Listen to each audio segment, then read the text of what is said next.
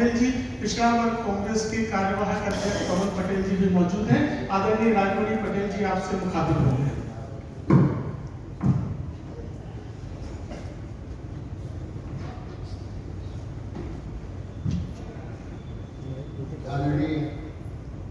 रुपया जी, यादव जी, विभा जी, पवन जी तथा सभी हमारे पत्रकार साथियों, सबसे पहले तो रामनवमी के उपलक्ष्य में आप सबको बहुत बहुत बधाई।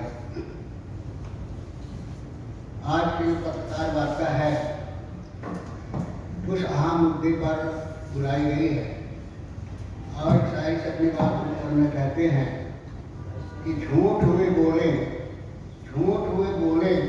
तो सच्चाई नजर आती है। कृष्णा फंड्स 5,500 करोड़ रुपए, न्यू लियाना इन्वेस्टमेंट 13,400 करोड़, ओपल इन्वेस्टमेंट फंड 5,000 करोड़, 1,15,852 करोड़। ये फर्जी कंपनियां बना करके और इसमें इन्वेस्टमेंट किया गया है।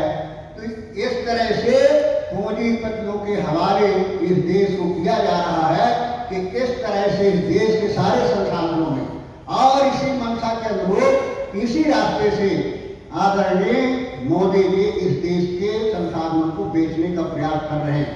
यहाँ की जो सार्वजनिक संस्थाएं हैं, चाहे रेल हो, प्लेन हो, दूसरी संस्थाएं हो, सबको पूंजीपतियों के हाथ में करने का किया जा रहा है और कुछ सूची तैयार हो गई है जिनको भी उनके पूंजीपतियों के हाथों में सौंपा जाने की उम्मीद है। और इसी तारतम्य में कि पूंजीपति किस तरह से ज्यादा मजबूत हो जाए और इस देश के मेहनत करने वाले जो हमारे किसान हैं, गरीब है, वनवासी है, जो अपना खून और पसीना जब बहाते हैं, हमें वोट दे जनता, हम काला धन 100 दिन के अंदर लाएंगे, हम सूची जारी करेंगे, सूची देने में गुनहगार होंगे उन्हें जेल भेजेंगे। आपने कहा था कि नहीं कहा था? 15 लाख रुपए खाते में जाए, कहा था कि नहीं कहा था?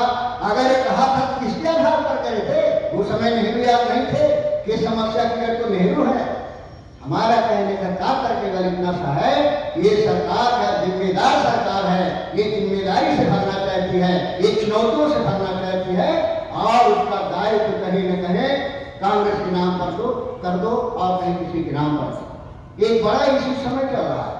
जब राहुल गांधी की बात आती है, उनके सच की आवाज उठाने की बात आती है, तब क्या होता है?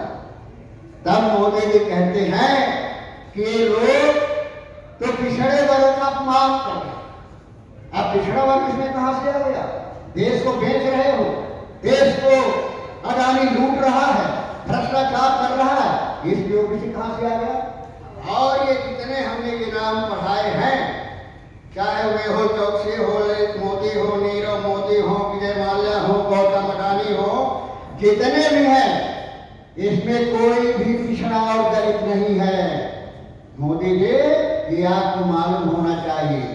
इस देश में जो सबसे बड़े पूंजीपति हैं, जिनका पूंजीपतियों में नंबर आता है, जिसमें 70 इनके लोग हैं, इनमें कोई भी पिछड़ा नहीं है, कोई भी दलित नहीं है। फिर पिछड़ा वर्ग का विरोध, और इसमें अगर कोई देश के साथ गद्दारी करेगा, देश को बेचने का प्रयास करेगा, सच की आवाज को कुचलने का प्रयास करेगा, गरीब के स्वाभिमान और सम्मान को कुचलने का प्रयास करेगा, तो चाहे कोई भी हो, वो देश का दुश्मन है, उसका डट करके मुकाबला किया जाएगा, उसकी लड़ाई लड़ी जाएगी। ये मैं कहना चाहता हूँ। तो आज ये तमाम मुद्दे इस तरह के हैं जो देश के सामने है, जिसमें देश का भविष्य निर्भर करता है। मैं आप सबसे आग्रह करना चाहता हूँ, इस देश के तरफ से भी आग्रह करना चाहते हैं आपके माध्यम से, आदरणीय राहुल गांधी इस लड़ाई को लड़ रहे हैं। वो जात की लड़ाई नहीं है, वर्ग की लड़ाई नहीं है, पार्टी की लड़ाई नहीं है, वो इस देश के आजादी को बचाने की लड़ाई है, इस देश के प्रजातांत्रिक मूल्यों की रक्षा करने की लड़ाई है। ये लड़ाई देश के संविधान को बचाने की लड़ाई है। जिस संविधान में, जिस बाबा साहब अम्बेडकर के संविधान में इस देश के गरीब से गरीब को हक और अधिकार मिला है, उसका स्वाभिमान और सम्मान मिला है, उसकी लड़ाई। वास्तव में अगर पिछड़ों का हृदय से